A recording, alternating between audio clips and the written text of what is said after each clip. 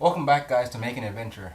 I'm Kimi, I'm Stephanie. and this week we make these DIY Alaskan birch countertops For our tiny house kitchen.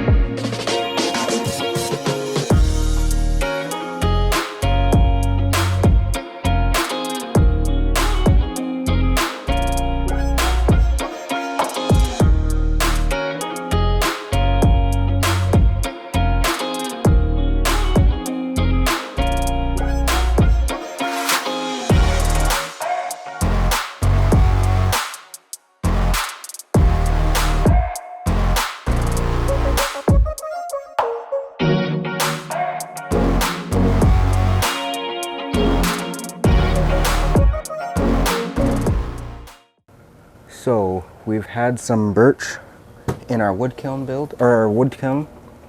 for about 2 weeks now. If you don't remember, this is our second video ever that we uploaded, was building this wood kiln. We actually built this before we even brought the truck home. If you want to see how to build that, I'll leave a link in the description or maybe annotation in this video on how we built this thing. But to put our countertops in it, we needed to extend it out, so we kind of scabbed on some pieces in the back and just stretched it and made it fit. It's not pretty, it's not permanent, and after we take our pieces for our countertop out, I might make it smaller again. But we needed to stretch it out to get to 6 feet. So these countertop pieces have been in here now, and you can see the temperature is 109. It's set for 110. It's been in here now for about 2 weeks. So we've got a fan, we've got a dehumidifier, and we've got a heater all the way in the back. This dehumidifier stopped collecting water about probably 3 or 4 days ago. So hopefully these pieces are good and, oh yeah, that's really dry. Hopefully these pieces are good and dry. A couple pieces of birch, a couple pieces of spruce. We're gonna take them out, test them with a moisture meter, let them rest for just a little bit, and we're gonna start working them.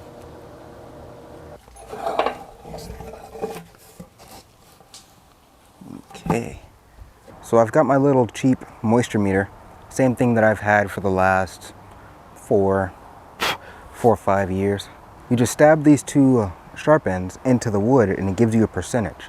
What we're looking for is somewhere between 5 to 13-ish. That's a good level for working with wood for woodworking. And we got 12, 11. You want to measure in a few locations. 11-ish. This actually is perfect. 13. 14.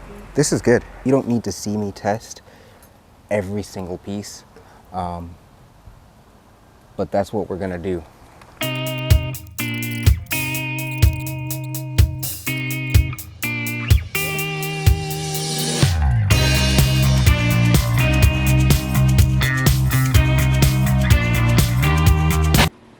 As you can see, I have a decor style switch that I'm using on my table saw. This is a horrible idea. Actually, while I was measuring to cut the countertops, I leaned in against the table saw and bumped this on switch. This is why this is a very bad idea, and I have since switched to a toggle style switch.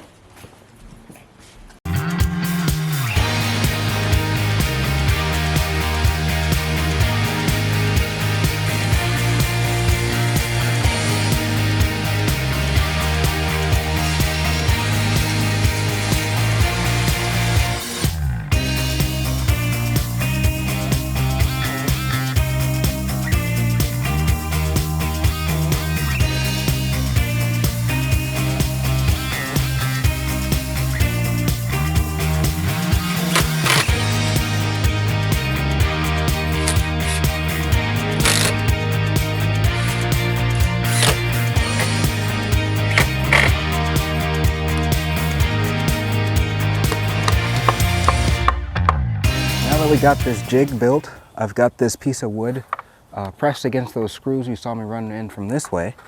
And then I put some shims on this side to take the rock out of it. So now I'll send all of this through the planer, and once this side gets flat, I can flip it over and run it through without the sled.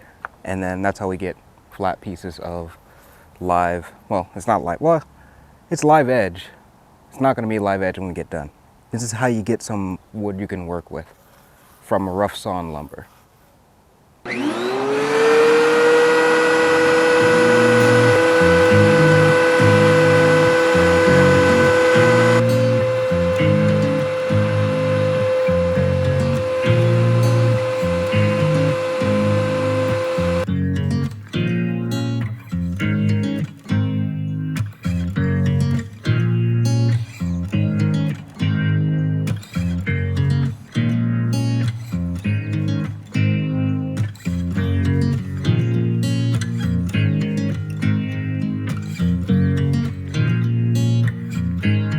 Great, so these turned out really well, better than I was expecting. But now that we have them all flat and planed down, we're gonna cut them to dimension and start building our countertops. At the end of day one, we filled up 2 of those gray trash cans and 1 of the green trash cans. Well, really, 2 of those grays filled up 1 green, and still got more on the ground. We're about probably halfway through the thickness that we want. So